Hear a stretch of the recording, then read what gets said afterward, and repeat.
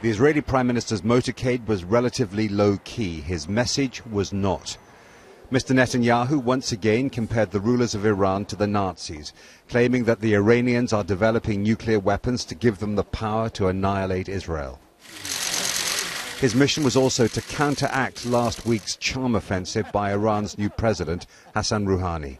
Smiling all the way, he said he was here to offer a fast, negotiated deal on the future of Iran's nuclear program, which he insisted was for peaceful purposes.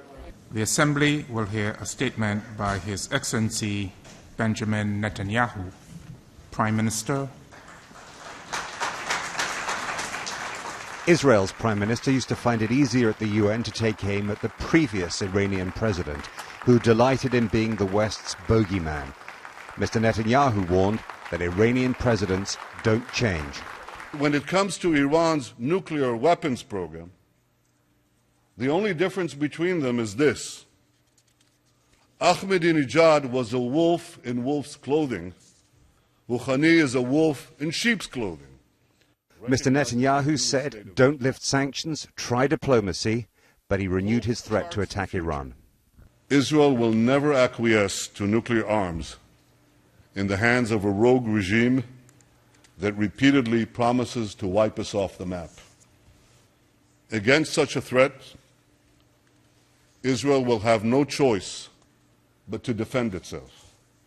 The Iranians boycotted his speech. Afterwards, they came back to warn that Iran would defend itself if attacked, and to remind the UN that Israel already has WMDs, weapons of mass destruction. He talked a lot about WMDs in the Middle East without mentioning that Israel is the only one in the region that possesses all types of WMDs, but is not a party to any of the treaties banning them.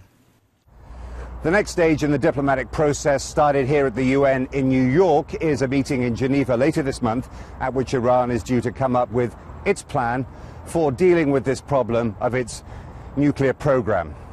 The threats traded by Israel and Iran in the General Assembly are a reminder of why this thing needs to be settled peacefully. If it isn't, there is a real risk of another Middle East war. Jeremy Bowen, BBC News, New York.